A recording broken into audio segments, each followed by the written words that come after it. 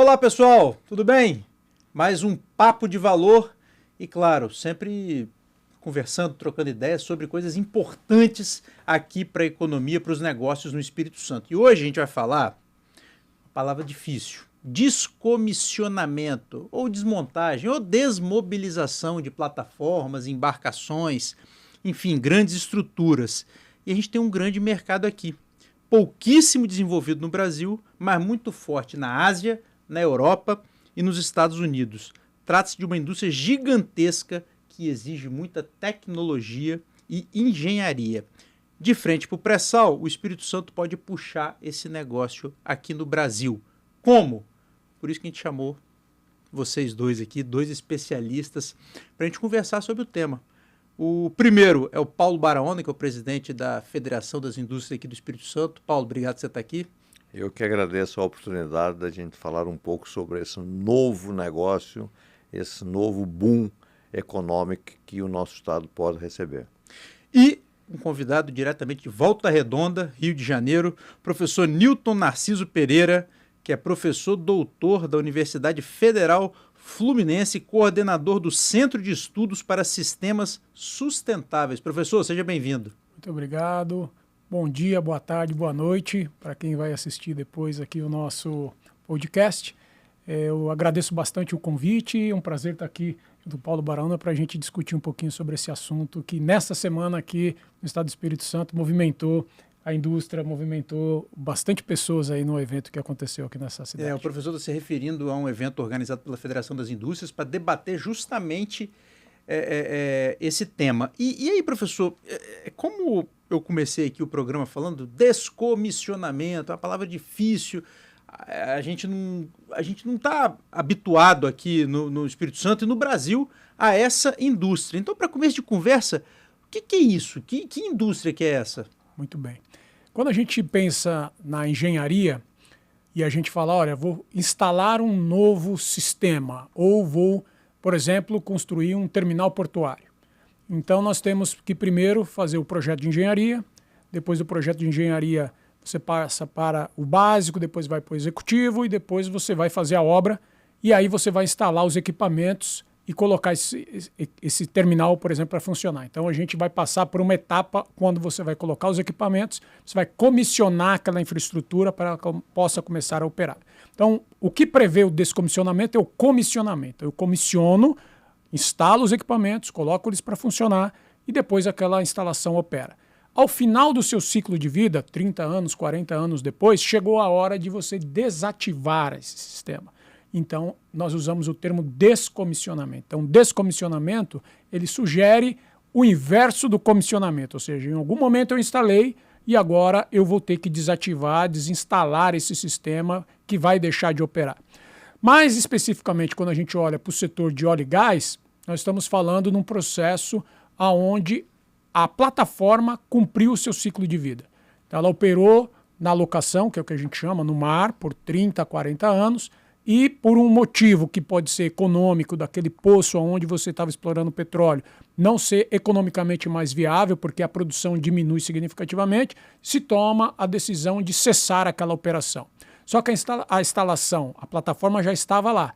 Como você cessou, não está mais produzindo petróleo, chega a hora então de você remover essa instalação. Então, essa é uma das vertentes. A outra é tecnológica. 30 anos depois, aquele ativo que o poço ainda pode estar funcionando, mas a plataforma já atingiu o tempo de vida útil daquele aço que está no mar, então se toma também a decisão de você tirá-lo por uma questão tecnológica. Então a gente tem, mas o que, via de regra, que define um processo de descomissionamento é o custo. Então quando o custo fica maior do que a receita, então se toma a decisão de remover isso, a gente chama de descomissionamento. Então, mas depois eu vou explicar um pouquinho melhor todas essas etapas. Bom, o senhor falou de tecnologia, e só para... às vezes a gente perde um pouco a noção, assim, não, isso então é sair uma plataforma dali, mas é muito dinheiro, né? Ontem, não para falar ontem, no videocast, né? Mas no evento da Findes, a presidente da Petrobras, a Magda Chambriard, ela coloca um número que chama muita atenção, né? 9,7 bilhões de dólares a Petrobras estima que vai gastar, investir entre 2026 e 2030 para desmobilizar. Então você está falando aí de mais de 50 bilhões de reais nessa desmobilização. Então assim, não é simplesmente tirar, é algo que demanda muito dinheiro, e se demanda muito dinheiro, tem oportunidade de negócio, não é isso? Exato. Quando a gente pensa numa plataforma de petróleo, a gente tem dois segmentos básicos que a gente tem que olhar, que a gente chama de águas rasas. Estamos falando de profundidade até 150, 200 metros, que são as plataformas fixas, mais próximas à costa. E nós temos as plataformas flutuantes que podem chegar aí a profundidade de 2.000 metros de linha d'água. Então, estou falando do nível d'água. Então, são essas que já estão a mais de 100 quilômetros da costa, águas ultra profundas. Então, você imagina que lá embaixo você tem um poço que estava produzindo petróleo e deixou de produzir, agora eu tenho que tampar aquele poço. Porque mesmo quando você diminui a capacidade de produção, aquele poço ainda pode estar gerando uma determinada quantidade pequena de petróleo e esse petróleo pode vazar. Então, quando você toma a decisão de cessar essa operação, você tem que fazer uma atividade que chama tamponamento do poço. Você vai tamponar aquele poço a, por exemplo, 2.000 metros de profundidade. Não é brincadeira, né? Não é brincadeira. Os equipamentos que você precisa são equipamentos altamente sofisticados. Você precisa de ROVs, robôs, né, que vão lá embaixo fazer essa operação. Além de você tamponar o poço, você tem que remover os equipamentos que antes serviam para transferir o petróleo do solo até a plataforma. Então, todos esses equipamentos também são removidos dentro desse processo de descomissionamento. Aí nós estamos falando de cabeça de poço, estamos falando de linhas flexíveis. Hoje, os dutos rígidos, em geral, estão sendo abandonados no local, até por uma questão de integridade, mas os flexíveis são removidos. Então, você precisa ter embarcações especializadas, equipes especializadas para fazer isso, até chegar o momento que você removeu esses equipamentos, solta as amarras, e aí você, se for uma plataforma flutuante, você reboca. Se for uma plataforma fixa, você vai içar essa plataforma e transferir ela para a terra com uma embarcação também especializada. Não é brincadeira, não. Só de içar uma plataforma, fechar o poço lá 2.000 metros, içar a plataforma, não é brincadeira, não, Baraona. E eu quero te colocar na conversa, porque a Findes organizou uma ida lá à Europa, Mar do Norte, né, professor? É muito forte nesse setor. E a Findes organizou uma ida lá no final do ano passado. E eu queria saber o seguinte: o que vocês viram lá? O que os empresários capixabas que querem trazer esse negócio para cá viram lá na Europa? Bom, na verdade, todo esse processo começou numa ida a Houston, na Feira de Petróleo e Gás que existe em Houston, né? Então, começou numa conversa com um dos gerentes da Petrobras, que é o Castilho, e nós começamos a despertar um pouco para esse processo, né? E aí, passado alguns meses, eu fiz a primeira incursão à Europa com 2 executivos da nossa federação, e para entender um pouco como é que isso poderia ser possível a gente despertar os nossos empresários, né? Porque eu entendo que isso, para o nosso Estado, para dar certo isso e para a gente criar essa nova indústria, né, que pode revolucionar o nosso Estado, você tem que ter um ambiente para isso empresarial, tem que ter empresas que possam, de fato, se adaptar a esse novo negócio, né? E aí lá nós encontramos com uma associação, que é a Decommission, e fizemos um acordo logo com essa associação, um acordo de entendimentos, um MOU, e começamos a conhecer empresas, visitámos empresas já bastante antigas, lá na Noruega e no Reino Unido, e vimos de fato o tamanho, a monstruosidade que é esse novo negócio bilionário.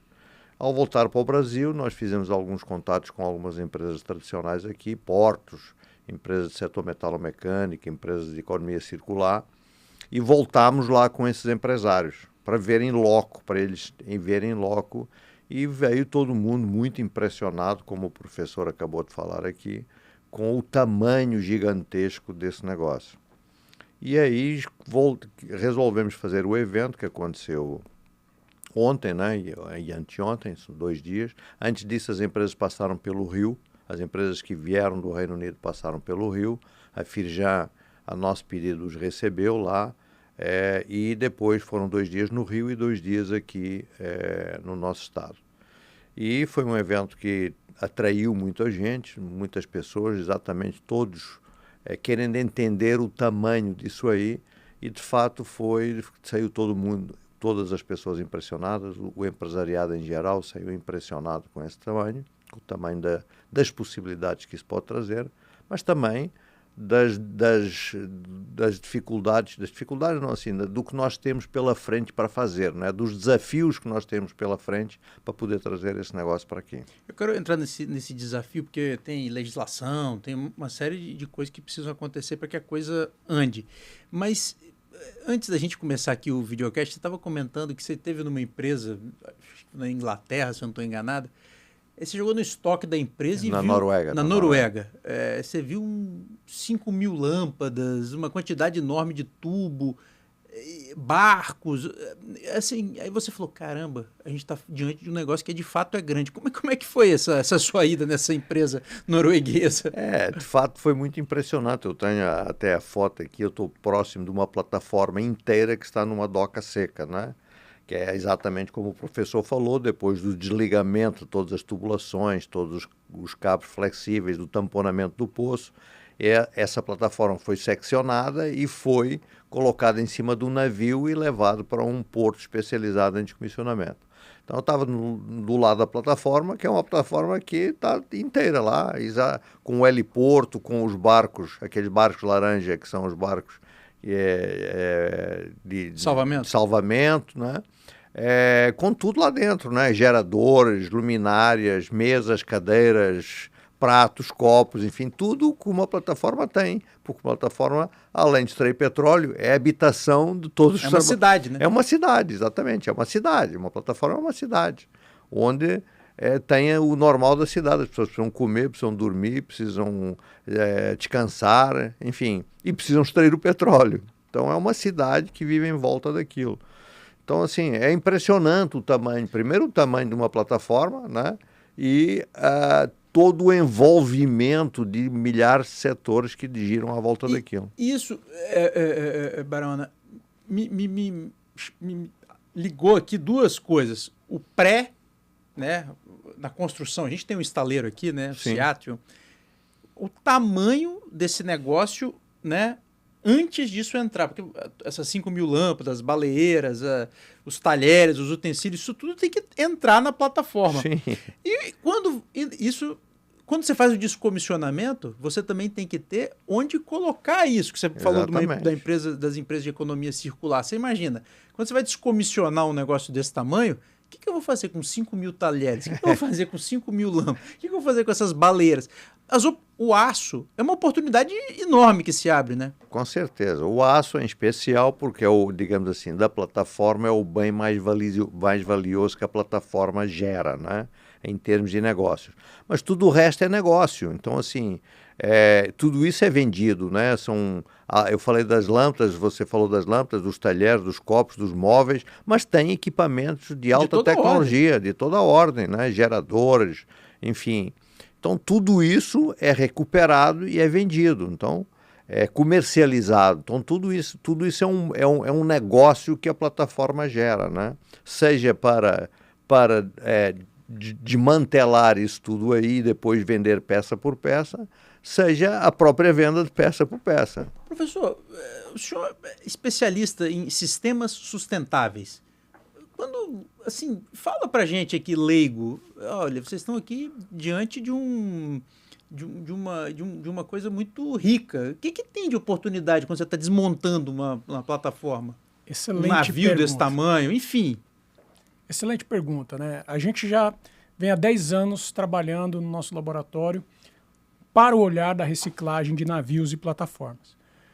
Se você parar para pensar, uma plataforma, para que as pessoas possam habitá-la, ela é uma mini cidade. Você tem tudo ali. Ou seja, você imagina que durante o período que o indivíduo está a bordo, né, 14 dias, 28 dias, ele precisa ter entretenimento, ele precisa comer, ele precisa viver ali dentro daquela cidade, daquela mini cidade. E todos os recursos têm que estar disponível para ele ali. Então, quando essa plataforma chega em terra, uma vez que ela foi retirada da locação, ela vai trazer com ela todos os equipamentos que estavam ali a bordo, inclusive o que a gente chama que seria a parte de hotelaria ou mesmo de enxoval da plataforma. Então, por exemplo, se você imagina que você tem que ter uma cozinha industrial para 200 pessoas. Então, você tem cozinheiro, você tem toda a parte de acomodação. Então, tudo isso você tem lâmpadas, você vai ter cama, você vai ter lençol, talheres, colchão. Tudo isso você vai trazer para a terra no processo de reciclagem. Quando a gente, na reciclagem, a gente chama de last voyage, ou seja, a última viagem da embarcação. E essa última viagem, ela vai com tudo a bordo. E chega para a instalação de reciclagem, que isso pode ser um estaleiro, pode ser um porto, e lá você vai ter que dar conta de tudo isso dentro do canal logístico reverso, ou seja, o que é aproveitável você consegue reaproveitar, que é o que o Barão está dizendo que ele viu lá nessa missão dele na Noruega, e quando não, você vai destinar adequadamente. Por exemplo, resíduos. Você tem resíduos diversos. Um deles, vou dar um exemplo de resíduo, por exemplo, remédio. Você tem uma grande quantidade de remédio dentro da embarcação que tem que ser adequadamente destinado a uma coisa que a gente chama inventário de materiais perigosos. Remédio se classifica como material perigoso. Você tem todo tipo de remédio, tarja preta, remédio XYZ e tal. Tudo isso tem que ser destinado. Você tem resíduos, por exemplo, de sanitários, que você também tem que destinar, e alguns resíduos perigosos, que é da própria natureza da atividade também, que constam nesse inventário de materiais perigosos. Então, aí você já tem, só por aí você já tem um negócio, que é o negócio de tratamento de resíduos efluentes, que são oriundos do processo. Adicionalmente, você tem equipamentos de grande porte. Um exemplo, turbina, que em algumas situações elas estão servíveis, porque ela vai passando por manutenção enquanto a plataforma está operando, porque é a turbina que gera energia para que a plataforma esteja operacional. Então, quando você remove aquele equipamento, ainda pode estar funcional. Então, você vai, por exemplo, revender esse equipamento, vai destinar ele para alguma condição, desde que aquela plataforma, no nosso caso aqui no Brasil, esteja nacionalizada. E aí ela não seja classificada como sucata, esse equipamento volta dentro desse contexto da economia circular. E o peso de uma plataforma, você pode dizer que 80% a 85% é aço, de estrutura. Aí é peso estrutural mesmo, aço. E aço de grande qualidade, boa qualidade, de grande espessura. Está 40 anos no mar, né? Então você está falando aí de 2 polegadas, 1,5 polegada, então são aços nobres, além do material de alto valor agregado, como cobre, níquel, cobalto, né, lítio, que você tem baterias, por exemplo. Então você tem uma série de materiais que podem ser reinseridos dentro desse canal reverso, reaproveitado. E o número mágico que a gente vê na literatura é em torno de 95% do material de uma plataforma é totalmente reciclado. O 95%? Target, 95%. Os projetos no Mar do Norte hoje, ele já tem, da Shell, por exemplo, eles têm um target de 98% de reaproveitamento dos materiais. 2% são resíduos mesmo que você não consegue reaproveitar, e tem algum material que você acaba perdendo que vai para aterro ou vai para incineração.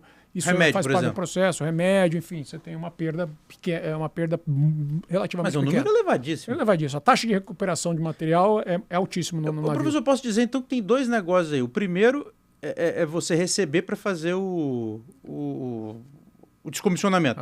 E o segundo é você fazer o negócio com os 98%, 95% que estão sobrando ali. Sim, aí você tem um modelo de negócio, ele depende um pouco. Esse é um mercado. Quando a gente olha, por exemplo, para navios mercantes, hoje em dia ele é um mercado dominado pelo que a gente chama de cash buyer, que são os compradores de navios. Então, os compradores de navios são os atravessadores e eles pagam à vista para o armador, que é o dono do navio. Então, ele compra esse navio, em algumas situações mudam a bandeira do navio e aí o cash buyer vai escolher aonde esse navio vai ser reciclado. Em geral, no sul da Ásia, Índia, Bangladesh e Paquistão, que são países que têm técnicas ou práticas questionáveis, eles fazem isso nas praias, isso gerou muito problema do ponto de vista ambiental, globalmente falando. A legislação mudou, então a partir de 2009 nós temos uma convenção que chama Convenção de Hong Kong, que é uma convenção que veio para regular essa atividade, ou seja, incluiu, por exemplo, o inventário de materiais perigosos, não se tinha antes, tem agora a partir da Convenção de Hong Kong. Você tem certificações dessas instalações de reciclagem. Porém, o método beaching, que é o que a gente chama nas praias, ainda continua operacional, porque a convenção não baniu isso. Em 2013, nós tivemos o regulamento europeu 1257. Esse regulamento ele pegou a espinha dorsal da Convenção de Hong Kong, mas ele colocou 2 critérios a mais. Primeiro, a reciclagem só pode ser feita em piso impermeável, que tenha sistema de drenagem, e somente as embarcações de bandeira europeia poderão ser enviadas para estaleiros ou instalações de reciclagem que constem numa lista publicada pela Comunidade Europeia. Então, a Comunidade Europeia restringiu para onde os armadores podiam mandar os navios. Justamente, navios é plataforma de bandeira europeia, para seguir esse regramento, que é um regramento mais sustentável. Ou seja, eu não vou tentar impedir que você corte esse navio na praia, tenha derramamento de petróleo, tem resíduos oleosos, uma série de coisas que era prática normal. Então, essa é uma vertente. A outra vertente, principalmente ligada ao óleo e gás, é algumas operadoras pagam para a reciclagem acontecer. Porque você tem nas plataformas resíduos oleosos e você tem, às vezes, algum tipo de incrustação de material perigoso. Então, quando elas saem daqui do Brasil, os últimos 2 casos que nós tivemos, isso foi pago. Você pagou para limpar. Então você tem um negócio da limpeza, que é um negócio muito rentável. Nós estamos falando de alguma coisa em torno de 20 bilhões de euros. Milhões de euros. 20 milhões de euros. Que saíram daqui do Brasil. Milhões. 20 milhões de euros que foram nessas últimas plataformas que foram para a Dinamarca, que o dono pagou para limpar a plataforma e fazer todo o processo de reciclagem. Então, se pagou para a instalação. Então, são modelos, né, que a gente vê no mundo, que aí você tem segmentos navio, segmento offshore, que são diferentes. Então, aqui no Brasil, hoje, o que se pratica? Em geral, a operadora principal aqui no país, ela leiloa a plataforma a um preço módico. Por exemplo, se você pegar hoje a P26 e a P19, está na faixa de 1.600.000, talvez juntando nós 4 que estamos aqui na sala, com mais alguns colegas aí, faz uma rifa, consegue comprar dar um lance de uma plataforma. Ou seja, em termos de valor é relativamente baixo, né? Mas para o leilão, mas a partir disso você vai ter que assumir os custos atrelados ao processo de limpeza, ao processo de destinação adequada. Então, essa conta ela tem que ser feita. Então, aqui no Brasil, o modelo hoje... Ele meio que se livrar, né? Não diria se livrar. Não, se livrar... Não... sim, não é isso, mas é que, na verdade, você tem uma coisa na administração pública. Então, se você pega uma empresa que é pública, ela só tem 2 formas dela se desfazer. Ou ela paga para fazer, ou ela leiloa aquele bem. Então, ela tem que mensurar o valor daquele bem e põe para leilão. E aí o ganhador é que vai resolver o problema final. Agora, professor, a gente está começando com isso no Brasil. E aí o senhor está falando de 2 modelos, que é o modelo que o senhor falou lá do sul da Ásia. Isso. E o modelo que eu entendi, que é o que tem de melhor aí, que é o modelo europeu. O Brasil está seguindo em que linha aí? O Brasil hoje... deve seguir, deve seguir no europeu, mas assim, como é que está a realidade dos fatos? O Brasil hoje ele segue um modelo do desfazimento, vamos chamar assim, né? Conforme a legislação pede. Então, por exemplo, se uma operadora que é uma empresa pública, ela tem por obrigação leiloar aquele bem, ela não pode simplesmente dar para alguém. Então, ela vai leiloar. Então, ela está leiloando a um valor relativamente módico dentro da avaliação de bem, do valor do bem. Porque você não pode colocar um valor muito alto também, porque você tem os custos atrelados a isso. E a hora que você faz a conta geral pelo preço da sucata, você tem que fazer um projeto muito bem equacionado para que você não tenha prejuízo. Então as margens elas também não são muito altas no final da conta, né? Se você não tem o efeito da economia circular, esse efeito de você poder revender os equipamentos. Então se você for trabalhar só com o preço da sucata, como que você valora isso? É o peso de aço que você tem, vezes o preço que o mercado paga na sucata. Se for só sucata, é isso. Se você puder revender os equipamentos, aí você tem um extra adicional. Então, basicamente, hoje é o modelo que está vigente no Brasil. Um dos modelos é esse. O outro modelo que se tem é o modelo de contratação de serviço. Por exemplo, aí nós temos mais 2 plataformas, P35 e P37. Qual que é a proposta? Vou contratar uma empresa que faça o serviço de remoção dos equipamentos de topside. Aí é serviço. Então, quem oferecer a melhor proposta para prestar o serviço de remoção e destinação adequada vai ganhar num projeto que a gente chama que é o modelo da modalidade EPRD, né, que vai ser colocado. Então, assim, são modelos ainda que estão sendo testados. Foi, como o Barona colocou, foi um modelo que deu certo na P32 e P33, que a Gerdau, por exemplo, ganhou essas duas licitações. Agora nós temos essas 4 que estão na rua, né, duas para o desmonte ou a reciclagem completa e 2 para a reciclagem parcial. Mas é o modelo que está se trabalhando no Brasil hoje, é esse. E lembrando que assim, a gente você falou de 2, agora mais algumas, mas assim, isso vai acelerar muito nos próximos anos, então a gente tem que estar preparado. E aí o Baraona, numa das suas respostas, você colocou o desafio da legislação. O que a gente precisa fazer para essa coisa andar, Baraona? Do ponto de vista... A gente falou do ponto de vista empresarial, que está sendo trabalhado, mas e do ponto de vista legal, legislativo, o que está faltando? Eu acho que, assim, falta tudo, na verdade, né? A nível federal, essa discussão já existe há algum tempo, né? Já temos alguma legislação federal, mas nós precisamos criar uma legislação estadual e até municipal, dependendo do local onde esse descomissionamento vai se fazer. Então, assim, um dos pontos, por exemplo, é o que o professor acabou de mencionar, né? É exatamente o modelo que provavelmente o setor público e as empresas privadas vão fazer, que é colocar um valor e passar para a empresa que vai adquirir essa plataforma ou navio, que ela faça tudo e faça a economia circular funcionar, que ela destine tudo que está dentro do navio. Então, por exemplo, você vai tirar um mobiliário lá que está. Como é que você pode vender esse mobiliário? Qual a tributação em cima desse mobiliário, por exemplo, né? Esse equipamento pode ser vendido de que forma, tá? Aí sendo como professor nacionalizado no Brasil, a plataforma. Então, todo esse trabalho e também, obviamente, as licenças ambientais necessárias para o descomissionamento, né? Porque vai ter, como o professor falou, tem vários itens dentro da plataforma, inclusive minerais, né? Que precisam ser tratados, assim como os remédios também, que têm destinações diferentes. Então, toda essa legislação, nós estamos conversando bastante com o secretário Rogério Salumi, né?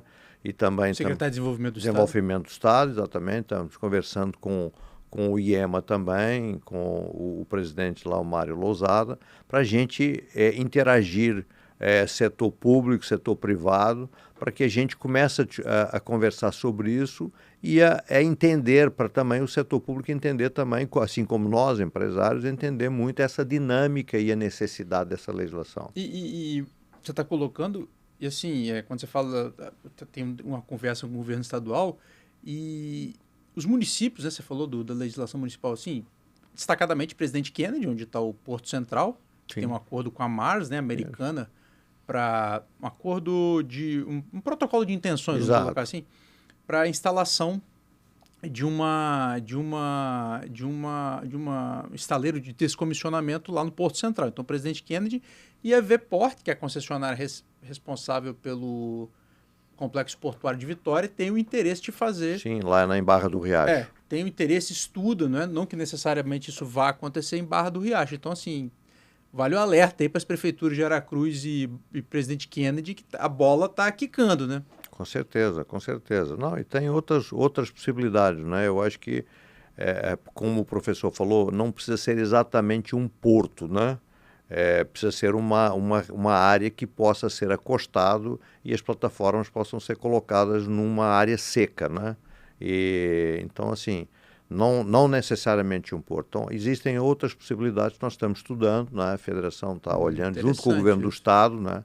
O Governo do Estado é participante ativo desse processo, junto com a gente, né? Nós, desde o primeiro movimento que nós fizemos, nós sempre tivemos em contato com o Governo do Estado, e que tem tanto interesse quanto nós. O interesse tem que ser mútuo, né? E, Barona, outra coisa que é importante a gente ter em vista, assim, a gente está falando de uma atividade, você pegar as plataformas de petróleo, né? A gente está de frente para o pré-sal, a gente está muito bem localizado com relação a isso, e trazer para cá para fazer o descomissionamento. E é importante a gente ter em vista que a atividade de petróleo está crescendo no Brasil, mas não necessariamente está crescendo no Espírito Santo.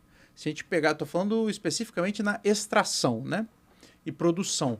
A gente pega de 2016 para cá, a gente teve um repiquezinho agora nos últimos 2, 3 anos, mas se você olha a curva é descendente, estou falando de produção de petróleo. Mas a gente tem as atividades, né, laterais da cadeia. A gente está falando aqui de descomissionamento, tem o transbordo de petróleo, que é a exportação. O Brasil hoje exporta mais de 50% do petróleo que produz. Então, assim, é muito importante para a economia do Espírito Santo, até para fazer essa aterrissagem mais tranquila dessa redução da produção de petróleo para a indústria do Espírito Santo. É importante também que a gente consiga desdobrar isso, né, Barona? Com certeza, assim, se a gente for, uma coisa que eu vi, por exemplo, na Noruega, especialmente Noruega, na Dinamarca, e um pouco também no Reino Unido, né, a extração do petróleo lá está diminuindo. Eles, na verdade, criaram um novo negócio que tem dado suporte exatamente à economia, né? Se a gente olhar para o setor do petróleo e gás, nós temos talvez o setor que tem maior quantidade de fornecedores e de materiais que são fornecidos para uma única indústria, né? Então, a maior parte do componente assim, que um setor econômico tem é o setor do petróleo e gás.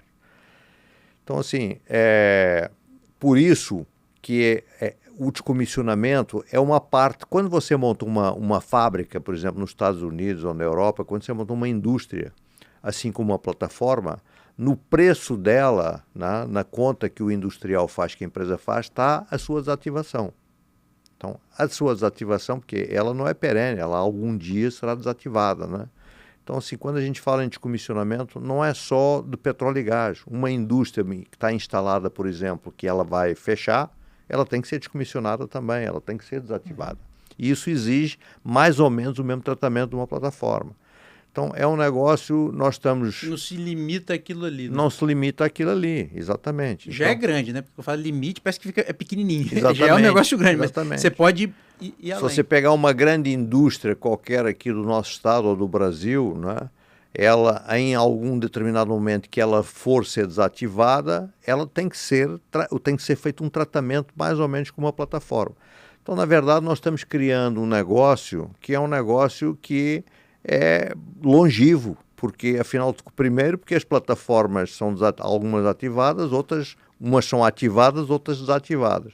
Mas se um dia nós deixarmos de ter o combustível fóssil, né, que está, inclusive, havendo conversas sobre isso, mas temos ainda um bom período de anos aí pela frente, mas tem todas as indústrias no modo geral. Então, é um negócio que ele é muito mais abrangente, né?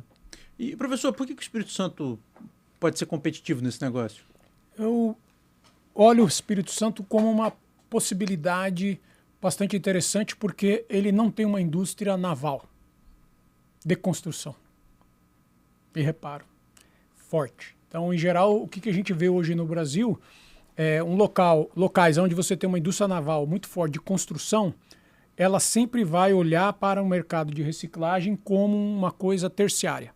Do tipo assim, se eu não tiver nada para fazer, eu quero isso. Mas toda vez que aparecer um projeto de construção, ela vai abandonar esse segmento. E é natural, porque nós estamos falando do filé mignon, né? Então, construir navio é a finalidade principal de um estaleiro. A segunda seria o reparo e o terceiro, o mercado marginal, que seria da reciclagem, pelos valores envolvidos, né? Então, nós estamos falando aí, vai construir um navio, nós estamos falando de contratos acima de 100 milhões de dólares, dependendo do tipo de navio, 200 milhões de dólares. E quando você está falando de reciclagem, acabei de falar para vocês, 20 milhões de euros, né? Então, nós estamos falando de uma ordem de grandeza muito diferente. Então, como você não está criando uma instalação para construção, mas aí você está fazendo uma instalação específica para reciclagem, você passa a ser dedicado a essa finalidade. E aí você se especializa, que é o que a gente vê na experiência internacional. Essa especialização, ela tem uma vantagem muito grande no sentido da continuidade. Então, eu levei hoje de manhã números para a gente entender o gargalo, né? Então, nós estamos falando que em 2033 é provável que nós tenhamos aí 2.800 navios, pela projeção que a gente fez, para serem reciclados em um ano. E nós não temos capacidade para isso. Isso nós estamos falando que a cada 7 a 8 dias a cada dia teria de 7 a 8 navios disponível para ser atendido no mercado de reciclagem. Para alguém não tem capacidade para isso. E o mais interessante é que depois da minha fala veio uma outra pessoa que falou assim, professor, saiu uma projeção mais pessimista que a sua, que não é 2033, é 2029. Na Europa, por exemplo, já não vai ter, eles já calcularam que não tem mais espaço. Então a gente observa que a gente está diante de um mercado que ele é um mercado ao longo do tempo contínuo, porque todo ano você tem uma grande quantidade de navios sem nenhum problema geopolítico, nenhum problema de Covid. Na média a gente está falando de 800 navios por ano. Se o Brasil pegar 5% desse mercado, são 40 navios por ano sendo reciclados continuamente. Então é uma indústria que não para. A indústria de construção, por exemplo, ela é cíclica, ela é induzida. Então hoje nós estamos numa vertente porque nós temos uma indução do mercado com, por exemplo, a Petrobras construindo navios no Brasil. Então o mercado aqueceu. Mas se você tirar essa indução, pode ser que a gente volte a ter uma situação um pouco mais complicada. E nos mercados, assim, nos mercados maiores, como Estados Unidos, Europa, no próprio Brasil, você tem um marco legal que obriga um descomissionamento responsável. Né? Exatamente isso. Então, assim, isso dá mais ainda Né? previsibilidade ao negócio. Perfeitamente. É a questão da demanda, né?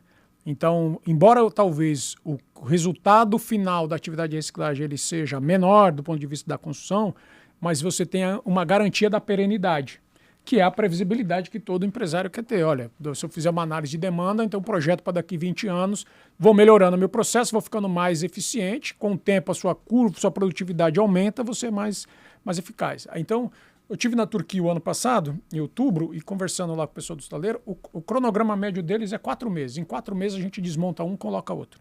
4 meses, e tem fila, um atrás do outro. Então você tem um ciclo. Tanto esse que a gente visitou, que é o Layout, eles têm duas instalações de reciclagem no mesmo local. Uma ele consegue colocar um de cada vez, outra eles põem 3.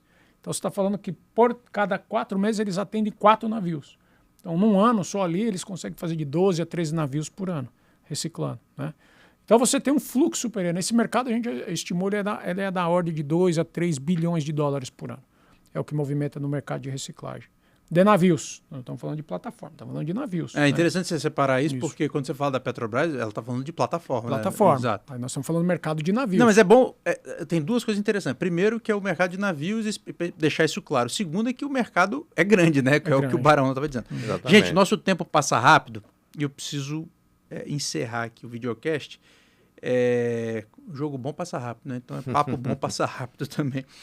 Eu vou fazer uma pergunta que é para os dois. Eu sei que o tema é amplo, mas eu quero que vocês assim elejam alguns poucos itens para a gente conseguir fazer a resposta.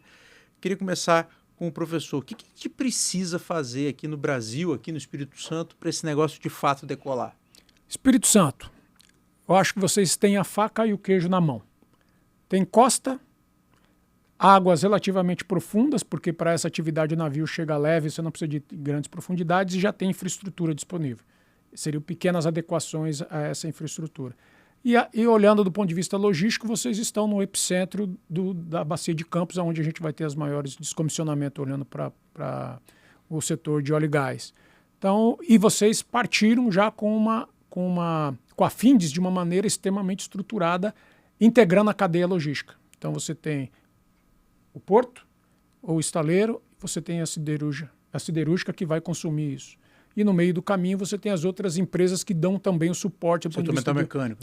O setor metal mecânico. Então vocês têm uma cadeia integrada muito boa. Eu acho que essa é uma vantagem competitiva que vocês têm, pelo fato da siderurgia estar muito próximo das pontas de consumo. Quando você olha para outros estados, por exemplo, eles têm uma dificuldade um pouco maior. Se ele tem o interesse de fazer a atividade, mas a siderurgia às vezes está a 500 quilômetros de distância. Isso impõe custo. Então você tem essas vantagens competitivas, acho que o Espírito Santo tem que aproveitar. Você falou das vantagens, mas o que está faltando aqui para a gente? Ah, sim. O que está faltando é ter a instalação, efetivamente, né? Nesse contexto, uma instalação que seja licenciada, que atenda aos critérios de ESG, vamos chamar assim, né? Os critérios ambientais, mas não vejo isso como um gargalo muito interessante, até pelas pontes que estão sendo amarradas com os órgãos que podem ajudar nesse sentido. Barahona. Bom, eu acho que não quero repetir o que o professor já falou, sim, das vantagens. Essas são as grandes vantagens. Eu vejo o Espírito Santo também pela sua localização logística e pela costa que nós temos, enfim. Também nós temos como vantagem, nós temos um setor industrial muito forte, né, criado nas últimas décadas pela Vale, Arcelor, Suzano, enfim, pelas grandes indústrias, onde as nossas empresas vêm se destacando nacionalmente nesse setor eletromecânico e metalmecânico. Como o professor falou também, temos a Arcelor aí, que ela é um parceiro e muito interessado nesse aspecto. Quais são os grandes desafios? Os grandes desafios, para mim, são dois, né? O primeiro é a legislação, porque nós precisamos criar essa legislação para dar segurança jurídica aos investidores. E o outro é criar, de fato, o ambiente, unir o ambiente empresarial dos grandes players internacionais que detêm a tecnologia com os nossos empresários e capacitar a mão de obra para isso, que o nosso Senai já está tratando desse assunto. Nós já temos acordos com universidades em Aberdeen e o nosso Senai já está pensando, já está fazendo com que esses acordos tragam professores aqui e que a gente consiga começar a capacitar mão de obra. Então, os desafios são grandes, mas a Federação das Indústrias, junto com o Governo do Estado e com os órgãos, nomeadamente os órgãos ambientais, nós já estamos tratando desse assunto e desafios são bons porque eles nos animam e são para ser vencidos, né? Você falou de mão de obra, é um baita de um desafio, né? Mas a mão de obra é um desafio para tudo, né? Esse é só mais um. Paulo Barahona, presidente da Federação das Indústrias do Espírito Santo. Newton Narciso Pereira, professor doutor da Universidade Federal Fluminense, lá em Volta Redonda, e coordenador do Centro de Estudos para Sistemas Sustentáveis. Muito obrigado pela participação aqui no Papo de Valor. Até a próxima. Barahona, com certeza, o professor espero que volte aqui, porque eu quero que ele fale. Olha, a coisa está caminhando, hein? Com certeza. E a você, muito obrigado por nos acompanhar e até o próximo Papo de Valor. Grande abraço.